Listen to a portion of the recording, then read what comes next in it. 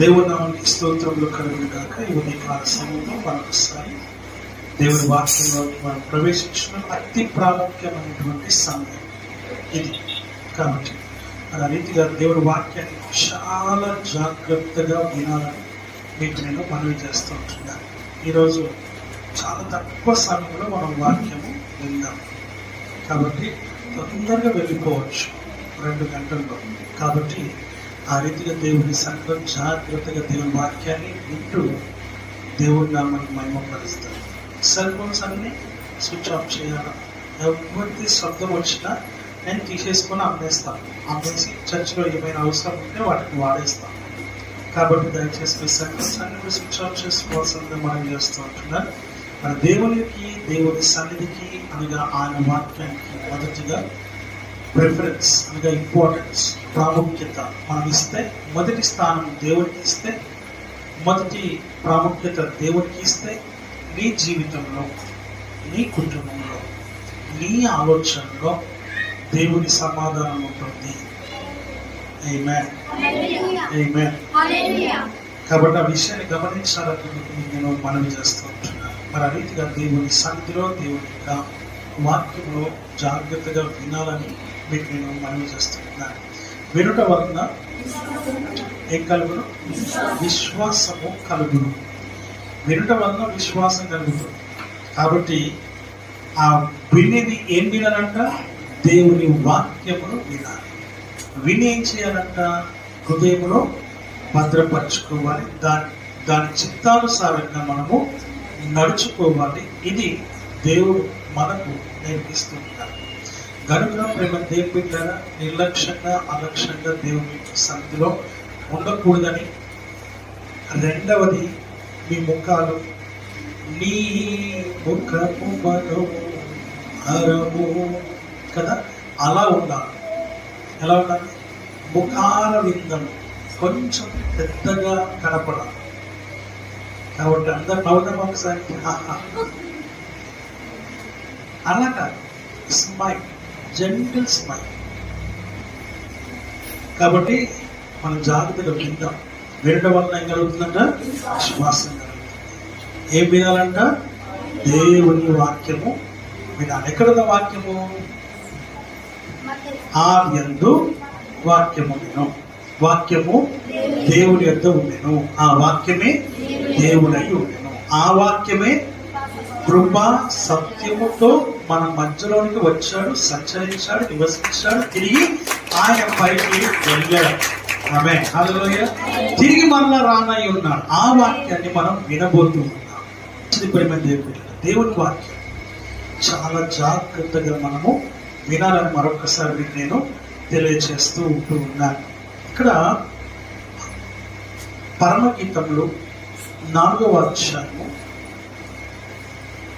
చదువు. నా సహోదరి దానేశ్వరి, నీవు నా హృదయంలో వశపరచుకొంటివి, ఒక చూపుతో నా హృదయంలో వశపరచుకొంటివి, నీ హారములలో ఒకదాని చేత నన్ను వశపరచుకొంటివి.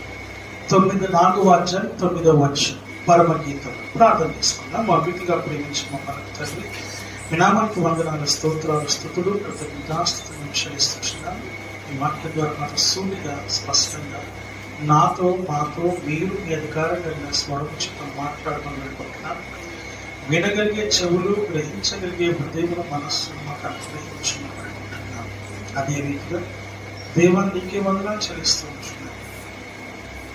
నేనైతే నిమిత్తం మాత్రం ఇక్కడ నిలుచున్నాను. నాలో నుంచి నన్ను అడుగా మీరు మరుగుపరిచి, నాలో నుంచి మీరు సూటిగా స్పష్టంగా నాతో మాతో మీరు మీ అధికారం కలిగిన స్వరం చిత్తం మాట్లాడమని పెట్టుకుంటున్నాను. వినగలిగే చెవులు, గ్రహించగలిగే హృదయం, మనస్సును మాకు అనుగ్రహించి, నీ పరిశుధాత్మ సంచారం మాకు అనుగ్రహించి, నీ పరిశుధాత్మ కార్యము మా పట్ల జరిగించి, మీ అద్భుతాలు, మహత్కారాలు, సూచక్రియలు ఆత్మీయంగా జరిగించమని పెట్టుకుంటున్నాను. అయ్యా, ప్రతి ఒక్కరిని మీ వాక్యం ద్వారా దర్శించి ఆయన తన వాక్కును పంపి వారిని బాగు చేసిన అన్నావు కనుక అలాగే నీ వాక్యము ఆత్మీయంగా ప్రతి ఒక్కరిని బాగు చేయను కాక. ఈ కార్యము జరిగించి మహిమ పొందమని యేసుక్రీస్తు నామములో అడిగి పెట్టుకొనిచున్నాము తండ్రి. హల్లెలూయా. వాక్యము మనం చూస్తున్నాము. నీ హారములలో ఒక హారము చేత నన్ను వశపరచుకుంటుంది అని భక్తుడు సెలవిస్తూ ఉన్నాడు. ప్రేమ దేవుని ఇక్కడ పరమగీతంలో ఈ మాటలు రాయబడుతూ ఉన్నాయి. దేవుని వాక్యం సెలవిస్తున్న మాట ఏంటంటే ఆయనని ప్రేమ దేవుని బిడ్డలారా మన వైపు తిరగాలన్నా, మన వైపు చూడాలన్నా, లేక మన పైన తన దృష్టిని ఉంచాలన్నా, మనం ఆయన్ని పట్టుకోవాలన్నా ఒకే ఒక్క హారం ఉంటుంది. ఆ హారము ఈ రోజున నీకు నాకు కావాలి. కనుకనే ఈ రోజున దేవుడు మనతో మాట్లాడుతున్నాడు. పోయిన వారంలో మనం చూసాం కదండి, యెహోషాపాతు మీదికి దండెత్తి ఏం చేస్తాడంట, ఆయన మీదికి 9 రాజులు దండెత్తి వచ్చారు. అప్పుడు ఆయన చేసిన పనంతా ఏంటిది అనంటే, ఆయన 3వ వచనంలో మనం చూస్తున్నాం. అందుకు యెహోషాపాతు భయపడి యెహోవా యందు విచారణ చేయుటకు మనస్సును నిలుపుకొని యూదా యందంతటా ఉపవాసము ఆచరింపవలనని చాటించాడు. ఇక్కడ ఏమంటున్నాడంటే, ఆయన భయపడ్డాడు. బాగుంది, అందరూ భయపడతారు, కానీ ఆయన భయపడ్డాడు. కానీ ఏం చేశాడంట, యెహోవా యొద్ద విచారణ చేయడానికి తన మనస్సును నిలుపుకున్నాడు. ఏం చేశాడంట, యెహోవా యొద్ద విచారణ చేయటానికి ఆయన మనస్సును నిలుపుకున్నాడు. నీ కష్టములో, నీ శ్రమలో, నీ బాధలో, నీ వేదనలో, నీ నిందలో, నీ అవమానంలో, నీ యొక్క సమస్యల్లో నీవు నీ మనస్సును దేవుని వైపు మళ్ళాలి, దేవుని వైపు త్రిప్పాలి. అందుకే యోబు రాసినటువంటి గ్రంథంలో అంటాడు, 2వ అధ్యాయం 12వ వచనంలో అంటాడు ఆయన, ఇకనైనను ఉపవాసం ఉండి మీరు నా వైపు, నా తట్టు తిరగండి అంటాడు ఆయన.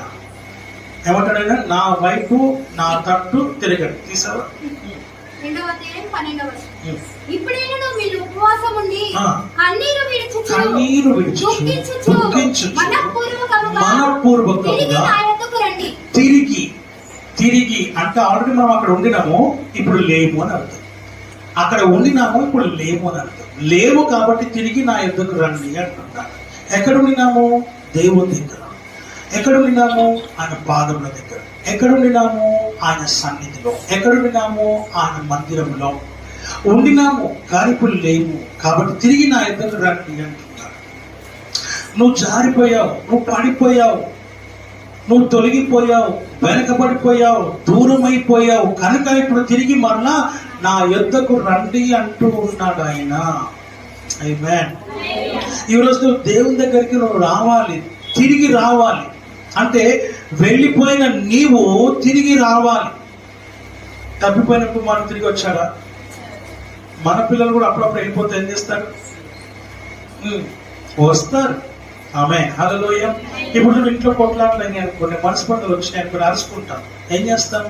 తిట్టుకుంటాం. తిట్టుకొని ఒక పూట మాట్లాడుకుని ఉంటాం. మంచోళ్ళు అయితే 2 పూటలు మాట్లాడుకుని ఉంటారు, ఒక రోజు మాట్లాడుకుని ఉంటారు.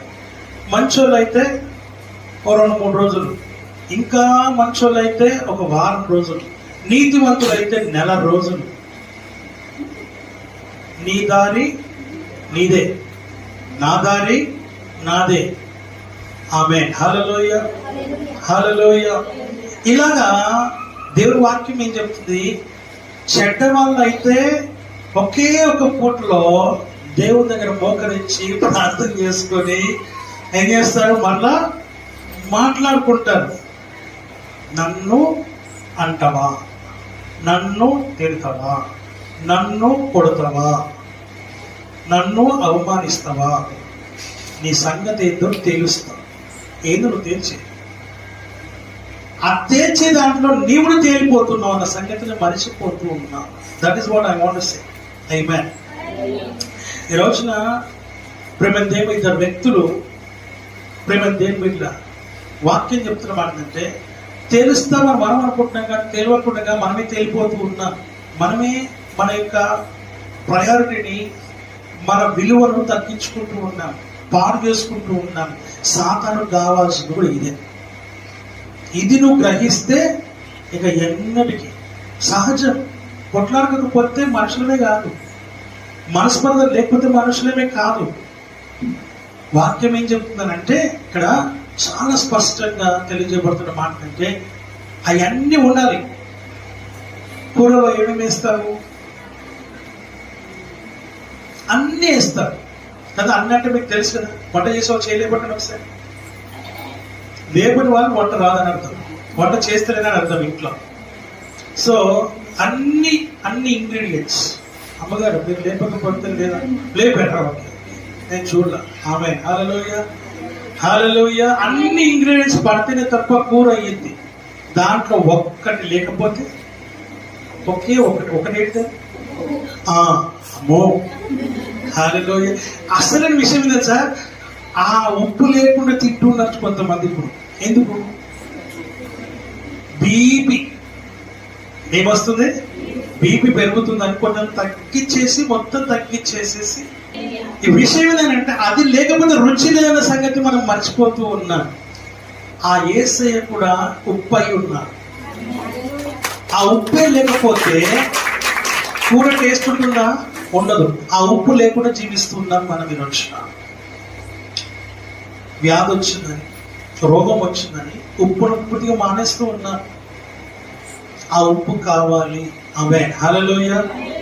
వాక్యం సెలవిస్తున్న మాట అంటే ఆయన లేకుండా నీ జీవితంలో నీవు కొనసాగకూడదు. నువ్వు కొనసాగుతూ ఉంటే సాతాను నిన్ను అణిచివేస్తూ ఉంటాడు, పాడు చేస్తూ ఉంటాడు, నిన్ను నాశనం చేస్తూ ఉంటాడు. అది నీకు అర్థం కాదు. అర్థమయ్యేటప్పుడు అర్థం అయిపోతుంది. అందుకని వాక్యం ఏం చెప్తుందనంటే ఆ స్థితిలోకి నువ్వు రాకూడదు. మొదట్లోనే నువ్వు గ్రహించాలి. అది ఎప్పుడు గ్రహిస్తామంటే దేవుని ఆత్మ కలిగి ఉన్నప్పుడు, దేవుని వాక్యము కలిగి ఉన్నప్పుడు, దేవుని సన్నిధిలో ఉన్నప్పుడు, దేవుని మందిరంలో ఉన్నప్పుడు, దేవునితో సహవాసం కలిగి ఉన్నప్పుడు గ్రహిస్తాం. లేకపోతే అది కొనసాగుతూనే ఉంటుంది. నువ్వు ఆ విషయాన్ని జ్ఞాపకం చేసుకోవాలి. అందుకే యెహోషాపాతు మొదటిలోనే ఏమన్నాడు? యెహోవా యొక్క విచారించుటకు పూనుకున్నాడు, మనస్సు నిలుపుకొని ఉపవాసం ఉన్నాడు. ఆయన మొదటిగా ఉండి అందరికీ చాటింపు వేశాడు. ఇది ఆయన చేసినటువంటి పని. ఆమె హల్లెలూయా. కనుక ప్రేమ దేవుని బిడ్డలారా, ప్రతి ఒక్కరు కూడా యెహోషాపాతును పాటించాలి. యెహోషాపాతు ఎలాగైతే ఆయన దేవుని సన్నిధిని ఆశ్రయించాడో అలాగే నువ్వు కూడా దేవుని ఏం చేయాలి? ఆశ్రయించాలి. హల్లెలూయా. నాకు ఆధారమైన యేసయ్యా అనుబంధును నీపై అనుక్షణము. నాకు ఆధారమైన యేసయ్యా అనుబంధును నీపై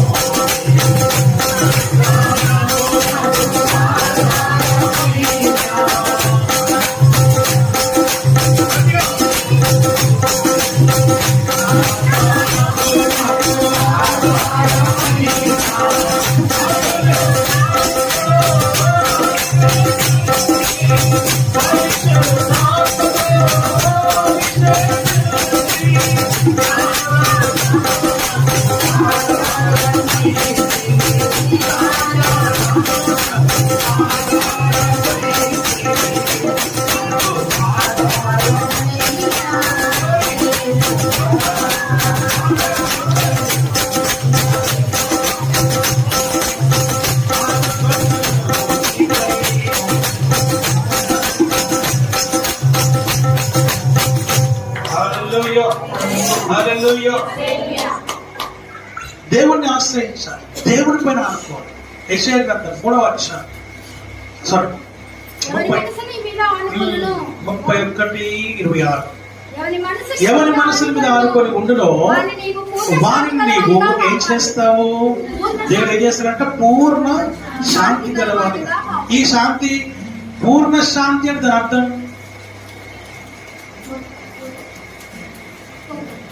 టోటల్, పరిపూర్ణంగా పూర్ణ శాంతిని అనుగ్రహిస్తారు అంటే మీనింగ్ ఏంటప్పుడు? లేదని అర్థం. నేను చెప్తున్నా అదే. ఇంతకుముందు ఏమన్నాడు? 20వ రాసిన గ్రంథంలో ఏమన్నాడు? తిరిగి ఇక్కడ ఏమంటున్నాడు? పూర్ణ శాంతిని ఇస్తా అంటే శాంతి లేదు నీ లోపల. ఏం లేదు? ఉంది. 10%, 15%, 20% ఉంది, ఇంకా 80 లేదు. ఆ 80 కూడా నేను ఇస్తా. నీకు శాంతి కావాలి. ఏం కావాలి? శాంతి అంటే మనసుకు శాంతి కావాలి, హృదయానికి శాంతి కావాలి, నీ జీవితానికి శాంతి కావాలి. మనసుకు కాదు, నీ జీవితానికే శాంతి కావాలి. ఆ శాంతి నీ దగ్గర లేదు. ఉంది 10-20% ఉంది, మిగతా 80% లేదు. ఒక 30 ఉన్నా 70% లేదు. అది నీకు నేను అనుగ్రహిస్తా. 80%, 100% నేను ఇస్తా అంటున్నాను ఆయన. పూర్ణ శాంతి గలవానిగా చేస్తాను. ఏలయనగా ఎప్పుడు అనంటే కింద చెప్తాడు. అది సంగతి. ఎప్పుడైతే నువ్వు దేవుని యందు విశ్వాసం ఉంచుతావో అప్పుడు దేవుడు నీకు అనుగ్రహిస్తాడు.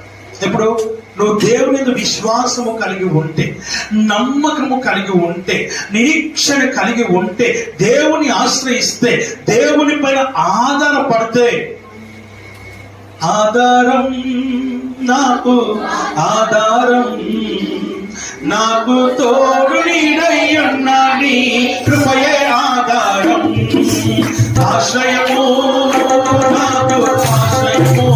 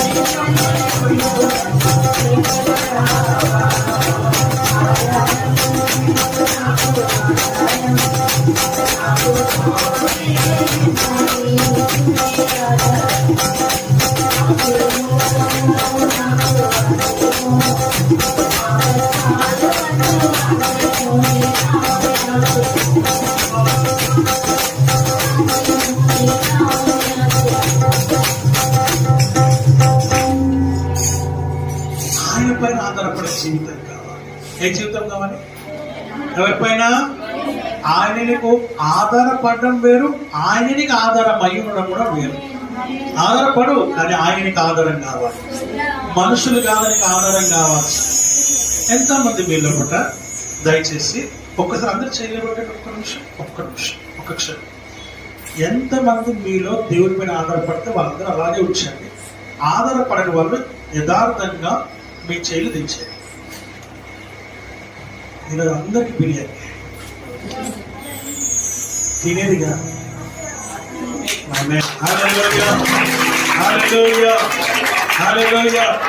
నాకు తెలియదు ఇంతమంది ఆధారపడుతున్నారు అన్న సంగతి. ఎక్కడో పెయిన్ అవుతుంది.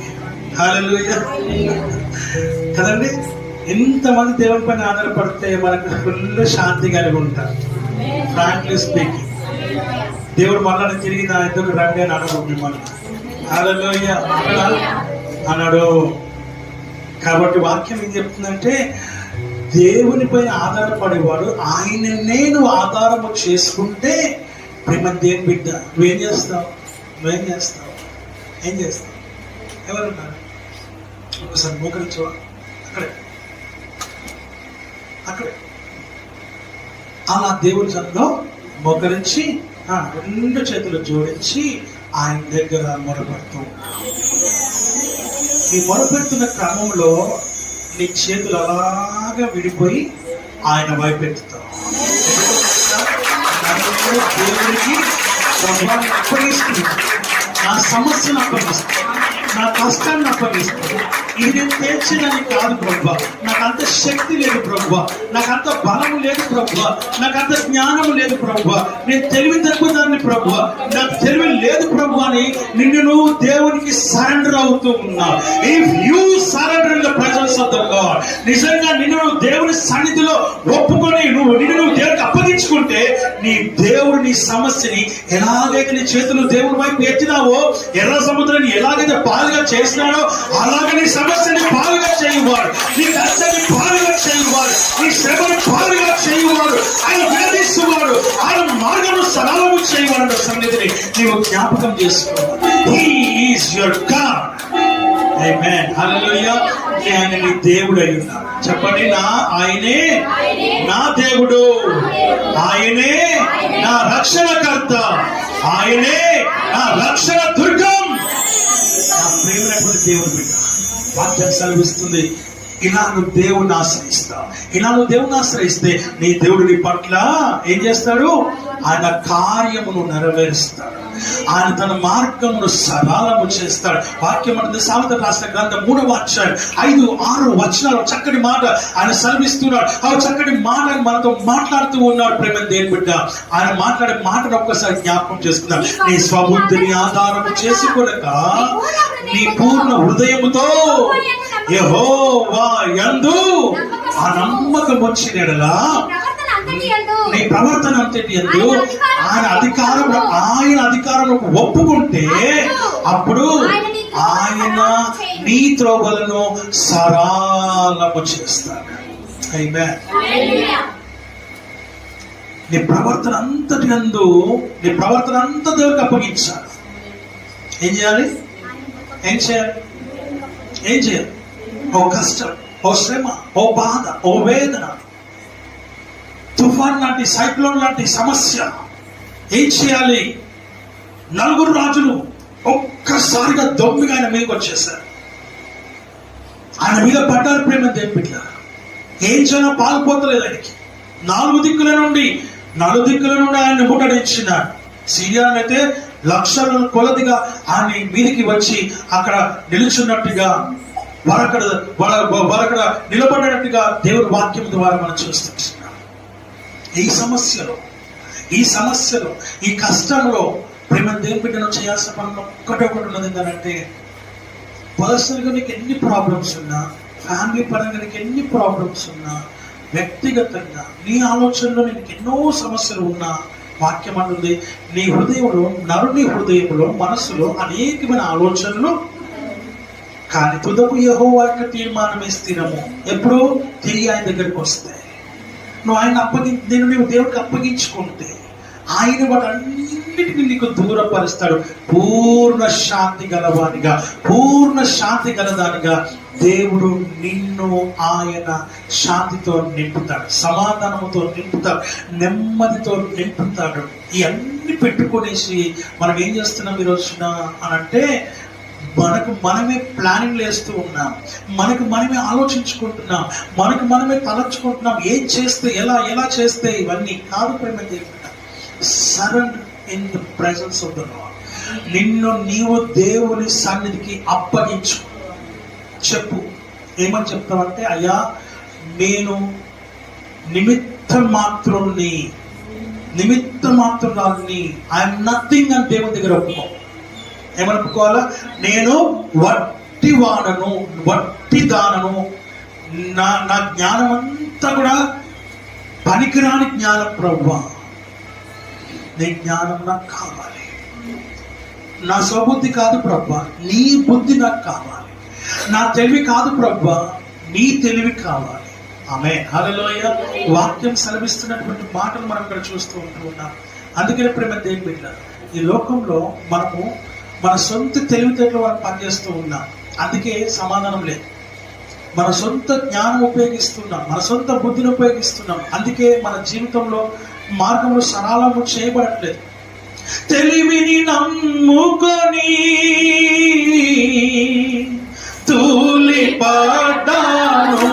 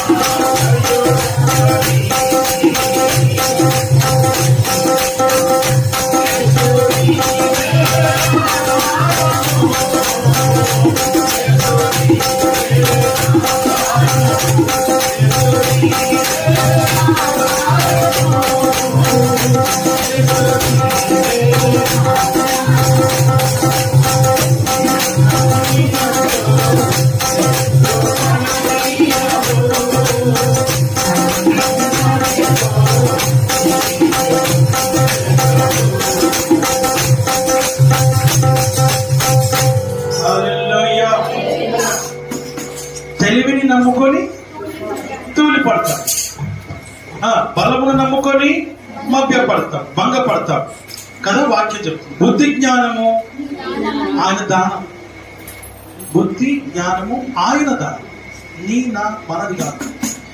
ఇప్పుడు మనం ఏదైతే ఆలోచిస్తూ తలస్తూ ఉన్నామో, ఏం చేయాలని మనము ప్రణాళికను సిద్ధం చేస్తున్నామో అవన్నీ కూడా ఆయనవే. చెప్పండి, అన్ని కూడా ఆయనవే.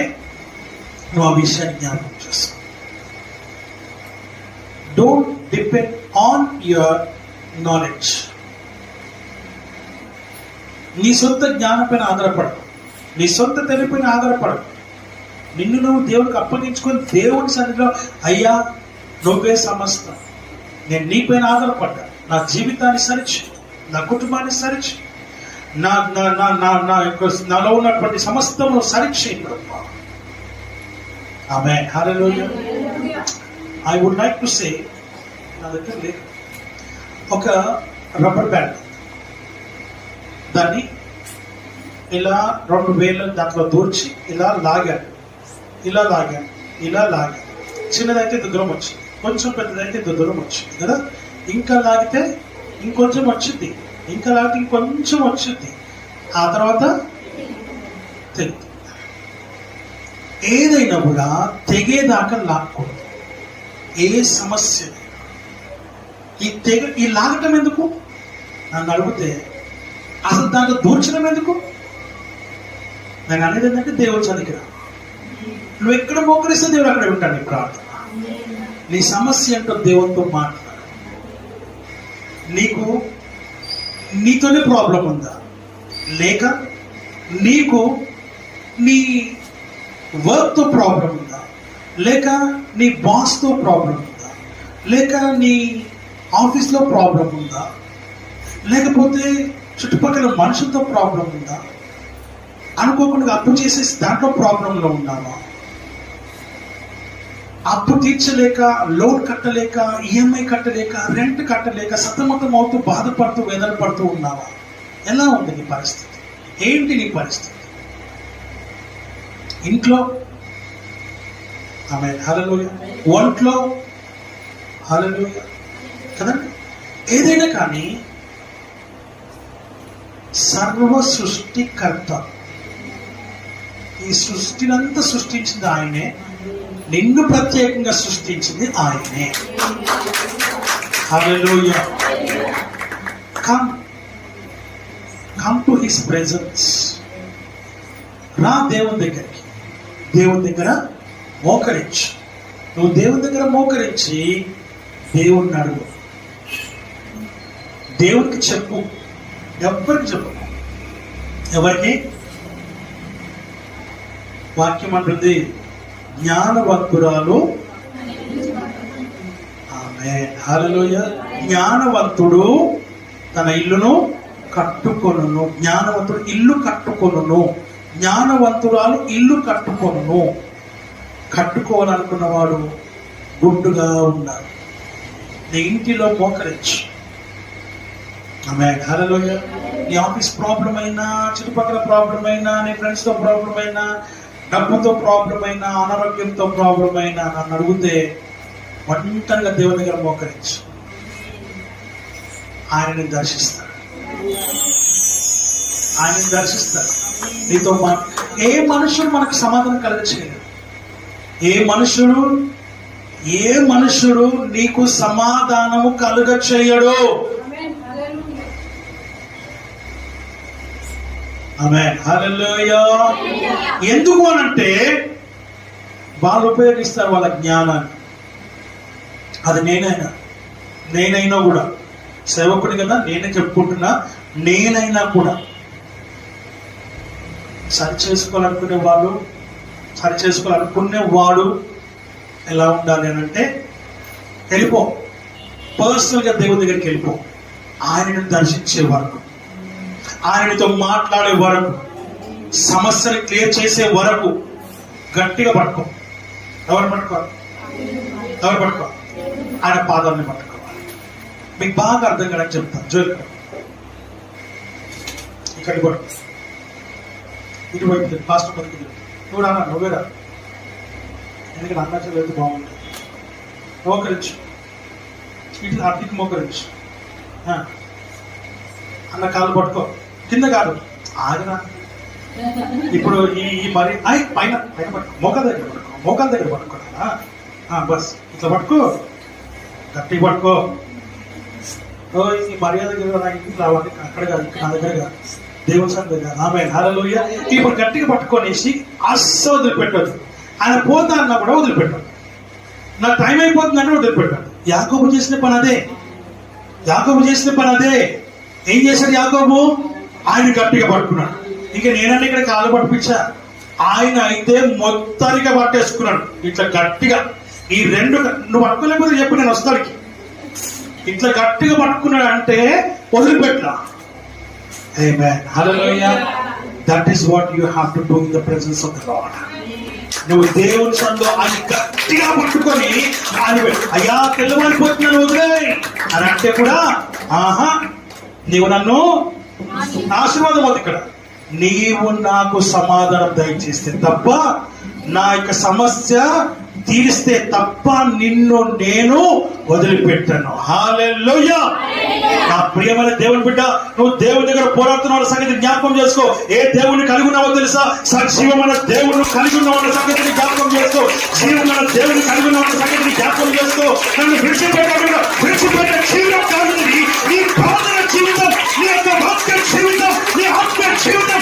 గట్టిగా పట్టుకునే సమస్యను పరిష్కారం కలిగే వరకు నువ్వు ప్రార్థన చేయాలి. వాక్యం ద్వారా మనం చూసుకో. ఆమేన్. Thank you so much. వాక్యం సెలవిస్తున్న మాట ఏంటంటే, నా ప్రేమ దేవుని బిడ్డ, వాక్యం నీతో సూటిగా మాట్లాడుతుంది. నీ సమస్యకు పరిష్కారం దేవుని సన్నిధి తప్ప మరొకటి కాదు. ఏ మనుషుడు నీకు ఏ సహాయము చేయడు. ఏ మనుషుల ద్వారా నీకు ఏ సహాయము దొరకదు. తాత్కాలికమైన సహాయమే, అంతకు మించి వేరేది ఏమి దొరకదన్న సంగతిని నువ్వు జ్ఞాపకం చేసుకో. అందుకని యెహోషాపాతు ఏం చేస్తున్నాడు? ఆయన దేవుని సన్నిధిలో ఆయన విచారించడం తన మనస్సును నిలుపుకున్నట్టుగా చూస్తున్నాం. అందరూ ఉన్నారు ఆయనకి, లేరా? ఆయనకు సైన్యం ఉంది కదా, ఉందా? ఆయనకు రాజ్యం ఉంది, ఆయనకు ప్రజలు ఉన్నారు. ఏం జరుగుతుంది ఇక్కడ? కానీ ఏమైపోయాడు? మీలో ఇప్పుడు అందరు లేచిన పట్ల ఒక్కసారి ఇప్పుడు చెప్తా.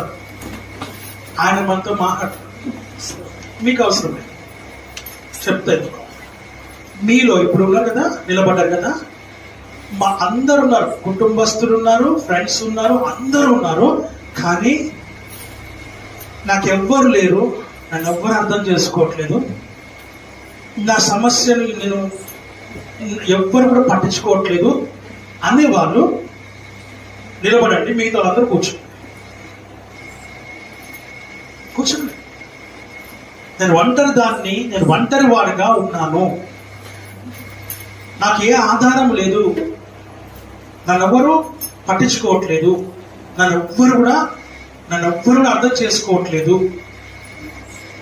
అందరు బంధువులు ఉన్నారు, స్నేహితులు ఉన్నారు, అందరూ ఉన్నారు మనకి. కానీ నేను ఒంటరి వాడిని అన్నవాళ్ళు మాత్రమే నిలబడండి. ఆమె హల్లెలూయా. అందరూ ఉన్నా ఎవరు లేనట్టే.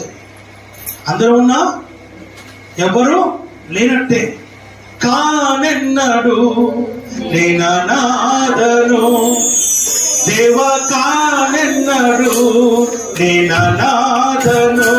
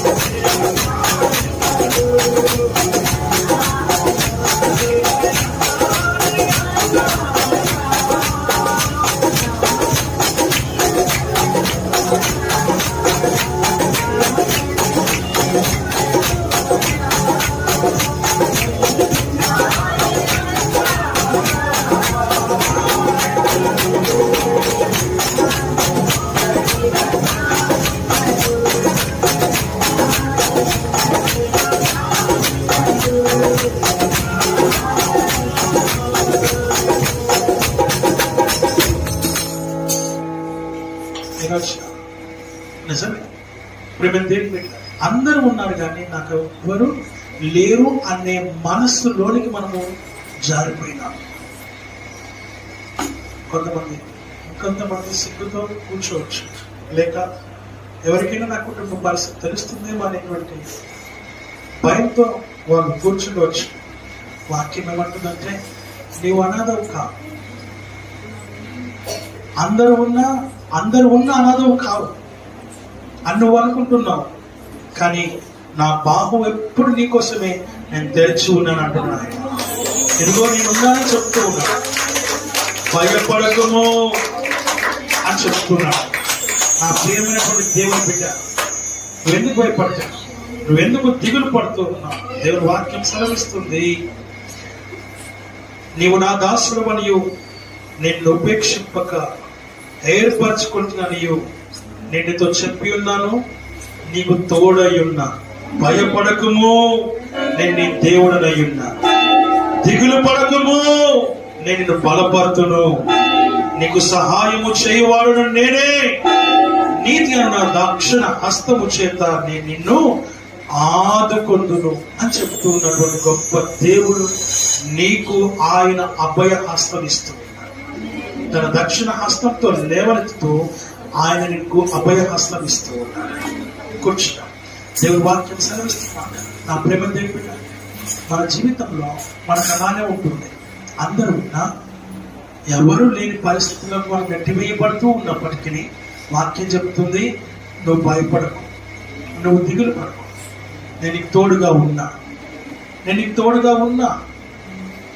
కుమార్తెలు ఉన్నా, వారిని విడిచిపెట్టిన, భర్తలను విడిచిపెట్టిన, భార్యను విడిచిపెట్టిన, పిల్లలు మిమ్మల్ని వదిలేసిన, తల్లిదండ్రులు మిమ్మల్ని వదిలేసిన, నా ప్రియమైనటువంటి వాళ్ళ, నేనే నీకు దేవుడనై ఉన్నానని చెప్పి నిన్ను పిలుస్తూ, నిన్ను బలపరుస్తూ నీకు ఆయన ఆధారపడి ఉన్నాడు.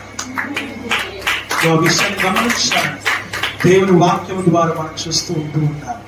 యెహోషాపాతు మీదకి 4 రాజులు, 4 సైన్యాలు, 4 దేశాలు ఆయన మీదకి దండెత్తి ఆయన మీదకి వచ్చినప్పటికీ తన ధైర్యం కోల్పోయి భయపడుతున్నప్పటికీ ఒక్క విషయం మాత్రం చేస్తున్నాడు. ఆయన దేవుని సన్నిధిని ఆశ్రయించినాడు.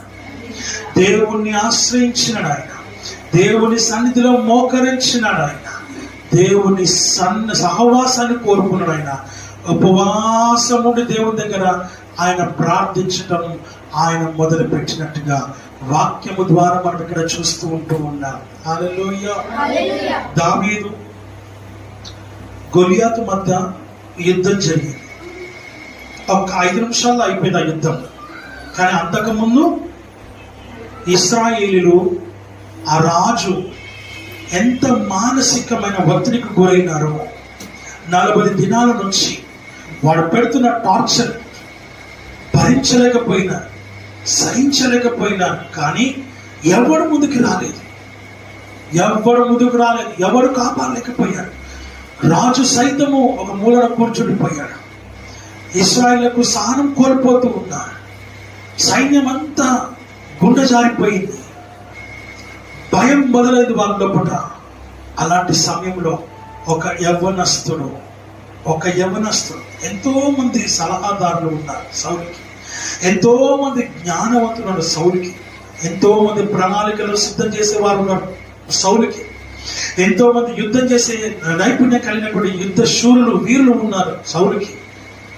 దేవుడు ఏర్పరిచినటువంటి ఇశ్రాయేలీయులు, దేవుడు ఏర్పరచుకున్నటువంటి వారు, దేవుణ్ణి కలిగినటువంటి వారు ఇశ్రాయేలీయులు అయినప్పటికీ 40 దినాల నుంచి అవమాన పాలవుతూ ఉన్నారు, నిందల పాలవుతూ ఉన్నారు. ఏం జరుగుతుందో అర్థం కాని పరిస్థితిలో రాజు ఎందుకు లోపల కూర్చున్నాడో తెలియదు, ఎందుకని బయటికి రావట్లేదో తెలియదు, ఎందుకని యుద్ధం చేయట్లేదో తెలియదు.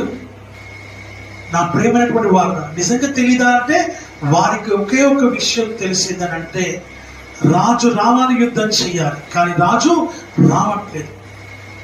ఎందుకు తెలియదు అంటే, ఆయన మీదికి దురాత్మ వచ్చింది. ఏమొచ్చింది? ఆయన మీదికి దురాత్మ వచ్చినప్పుడల్లా దావీదు మాత్రమే గిటార్ వాయించి లేక వీణ వాయించి ఆ దురాత్మను వెళ్ళగొట్టేవాడు. కొన్ని గంటలు లేదా ఒక రోజు బాగుండేవాడు, మరలాను పట్టేది, మరలాను వాయించేవాడు. సౌలును విడిచిపెట్టినటువంటి దురాత్మ, సౌలును విడిచిపెట్టినటువంటి పరిశుద్ధాత్మ దావీదు దగ్గరికి వెళ్ళింది. దేవుని సన్నిధి నుంచి వచ్చినటువంటి దురాత్మ సౌలును పట్టింది. ఎందుకు పట్టింది, దేనికి పట్టింది అని ఒక్కసారి మనం గమనిస్తే, ప్రియమైనటువంటి వారు, దేవుడు ఏర్పరచుకున్న ఎన్నుకున్న ఇశ్రాయేలు రాజు అయినటువంటి మొట్టమొదటి రాజు ఎంత గొప్పవాడిని దేవుడు ఏర్పరచుకున్నాడో చూడండి ఒకసారి. ఈ చుట్టుపక్కల రాజులందరికంటే గొప్పవాడు అయి ఉండాలనుకున్నాడు దేవుడు. అందుకని సౌలును దేవుడు ఎన్నుకున్నాడు. సౌలు గొలియాతు 10 అడుగుల ఎత్తు కలిగిన వాడైతే, సౌలు 7 అడుగుల 1 అంగుళము 2 అంగుళాలు ఎత్తు ఆయన 7.2 feet ఆయన వాక్యంలో చెప్తుంది. అంత ఎత్తు కలిగినటువంటి రాజు, మంచి దేహము మంచి దారుణ్యం కలిగినటువంటి రాజుగా దేవుడు వారికి ఇశ్రాయేలుకి ఏర్పాటు చేసినాడు. ఒక ఎత్తైన వ్యక్తి నిలబెడితే మిగతా అందరూ ఎలా కిందికి ఇలా ఉంటారో అలాంటి వ్యక్తి సౌలు. అయితే దేవుడు సమయం దగ్గరికి నడిపించాడు. సౌలు నడిపించి అక్కడ దేవుడు అతన్ని అభిషేకించాడు. అభిషేకించిన తర్వాత ఇశ్రాయేలుకు ఒక రాజును ఏర్పాటు చేశాడు. చేసిన తర్వాత కొన్ని సంవత్సరాలకి సౌలు ఇక రాజ్యంలో పట్టు వచ్చినప్పుడు, ఆయన రాజు అయిపోగానే ఆయన లోపల కూడా కొంచెం గర్వం వచ్చింది, అహంకారం వచ్చింది. తర్వాత ఏం జరిగింది అని అంటే, దేవుడు వాక్యం సెలవిస్తున్న మాట చదువు. ప్రేమ దేవుడు, అలాంటి సమయంలో ఈ సౌలు గారు ఫిలిస్తీన్ల యుద్ధానికి వెళ్ళినప్పుడు సమూయేలు ప్రవక్త ద్వారా తెలియజేస్తాడు. ఏమనంటే, ఫిలిస్తీన్లను అందరినీ నశింప చేయాలా, ఆ రాజ్యాన్ని మొత్తం కాల్చేయాలా, వస్తువులను కాల్చేయాలా, స్త్రీలను పిల్లలను పురుషులు ఎవరిని వదిలిపెట్టుకుని చంపేయాలా అని చెప్పాడు. పశువులను సైతం చంపేయాలని చెప్పాడు, నిర్మూలం చేయమని చెప్పాడు. ఎందుకంటే వారు ఐగుప్తు నుంచి వచ్చేటప్పుడు వీరు కొంతమంది మిగిలిపోయి వీరిని వారిని ఆ మార్గమున వెళ్ళనీయకుండా చేశారు. అందుకు దేవుడు అక్కడక్కడ ఆ శిక్ష విధించినాడు ఫిలిస్తీన్లకి. ఆ సమయంలో సౌలు గారు ఏం చేశారంటే, సుందరమైనటువంటి స్త్రీలను పక్కకు పెట్టినాడు, యవన స్త్రీలను పక్కకు పెట్టినాడు, మంచి విలువైన వస్తువులను, విలువైన వస్త్రాలను, ఇలాగా మంచి బలిష్టమైనటువంటి గొర్రెలు, మేకలు, ఒంటెలు, తర్వాత ఎద్దులు, ఎడ్లు, ఆవులు, బర్రెలు, వీటన్నిటిని కూడా పక్కకు పెట్టినాడు. వెలగల వర్షాలు, వైడూర్యాలు, బంగారాలు పక్కకు పెట్టుకున్నాడు. మీద అంతా కాల్చేశాడు. సమయం రాక ఆలస్యమైంది. సౌలు సాయంత్రం అయిపోతుంది కాబట్టి దేవుడికి బలి అర్పించాలి అని సమయం ఇంకా రాలేదని చెప్పేసి సౌలు ఏం చేశాడు, బలి అర్పించడానికి సిద్ధమయ్యాడు. అర్పించేశాడు. అయిపోయింది. సమయం వచ్చాడు. వచ్చిన తర్వాత సమయం అడుగుతూ ఉన్నా, ఏమనంటే, ఇదిగో సమూలము నాశనం చేసేసావా, కాల్ చేసావా అంటే, అయ్యా అంతా అయిపోయింది, ఏం మిగలలేదన్నాడు. మరి నాకు వినబడుతున్న రంకెలు ఏంటి అన్నాడు. ఆ మాట ఎంత భయంకరమో చూడండి ఒకసారి. నాకు వినబడుతున్న ఆ రంకెలు ఏంటి అన్నాడు. మరి స్త్రీలు ఏంటి, ఈ వస్తువులు ఏంటి అని దాపెట్టాడు. కానీ సమయం కనబడకుండా ఉండదు. ఆమేన్, హల్లెలూయా. అంతే, బలి అర్పిద్దామంటే బలి కూడా అర్పించేస్తాడు. అప్పుడు దేవుడు అతనితో సమయం ద్వారా మాట్లాడుతున్నాడు. ఇదిగో నీవు దేవునికి విరుద్ధంగా పాపము చేస్తావు అని ఏమనుకున్నాడు సౌలు, దేవుడు నన్ను కూడా అభిషేకించింది కాబట్టి నేను కూడా బలి అర్పించవచ్చు. టైం అయిపోతుంది. ఎందుకు టైం అయిపోతుంది? సాయంత్రం అయినప్పుడు అర్పించాలి. ఆయన పని ఆయన చేయాలి, నీ పని నువ్వు చేయాలి, ఎవరి పని వాడే చేయాలి. ఆమేన్, హల్లెలూయా. అప్పుడు అన్నాడు ఆయన, నీ యుద్ధ నుండి రాజ్యము తీసి నీ పొరుగు వారికి ఇచ్చేశాడు దేవుడు. తర్వాత నీవు కుక్క చావు చస్తావు అని చెప్పాడు.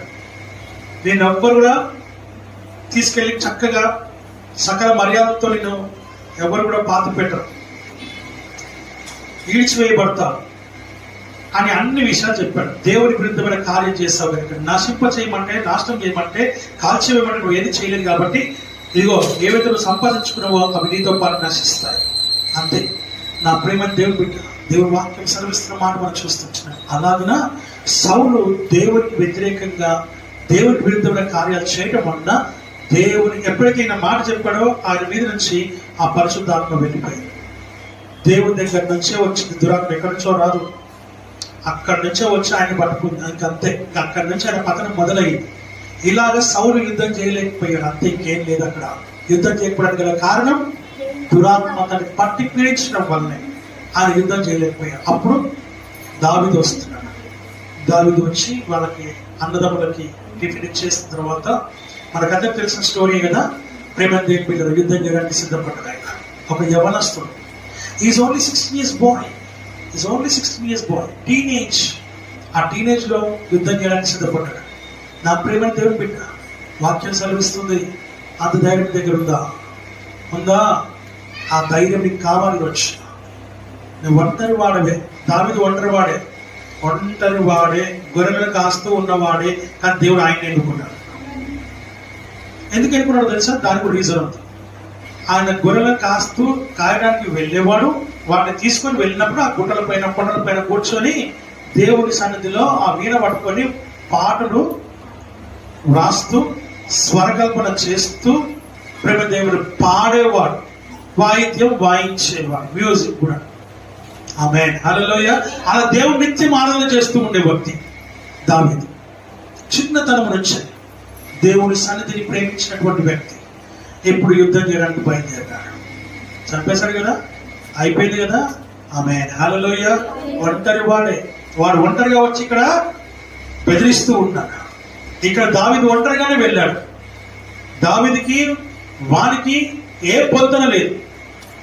దేవుని వాక్యం సెలవిస్తుంది, అయినప్పటికీ విజయము ఎవరిదంట? దావీదుదే. ఆమేన్, హల్లెలూయా. ఎందుకు దావీదు ఏమంటున్నాడు? యుద్ధం యెహోవాదే. దావీదు నేను కొట్లాడుతా అంటలేడు, యుద్ధం యెహోవాదే. హల్లెలూయా. ఆ యుద్ధం చేసేటువంటి నైపుణ్యత లేనిటువంటి ఒక చిన్న కుమారుడు, యవన కాలంలో ఉన్న కుమారుడు వెళ్ళి శూరుడు, వీరుడు, భయంకరమైనటువంటి జైంట్ లా ఉన్నాడు, వారితో యుద్ధం చేస్తూ ఉన్నాడు. ఏమంటున్నాడు? యుద్ధం నాది కాదు, యుద్ధం యెహోవాదే. అందుకు విజయం సాధించాడు. అందుకు ఆ యొక్క పోరాటంలో అతడు నెగ్గినాడు. నెగ్గింది దావీదు కాదు, దేవుడు అతన్ని నెగ్గించాడు. దేవుడు అతన్ని విజయం కలుగజేస్తున్నట్టుగా చూస్తున్నాడు. అందుకే వాక్యం ఏమంటుందంటే, యెహోషాపాతు కూడా అందుకోసమే దేవుని దగ్గర మోకరించినాడు. ఇంకా ఏది నాకు అవసరము లేదు, నాకు నువ్వు కావాలి, నువ్వే నాకు సహాయం చేయాలి. ఏ సహాయం నాకు వద్దు, ఏ మనుషుని సహాయం నాకు వద్దు, ఏ బంధువుల సహాయం నాకు వద్దు, నాకు నీ సహాయం కావాలని దేవుని దగ్గర మోకరించినట్టుగా చూస్తూ ఉన్నాడు.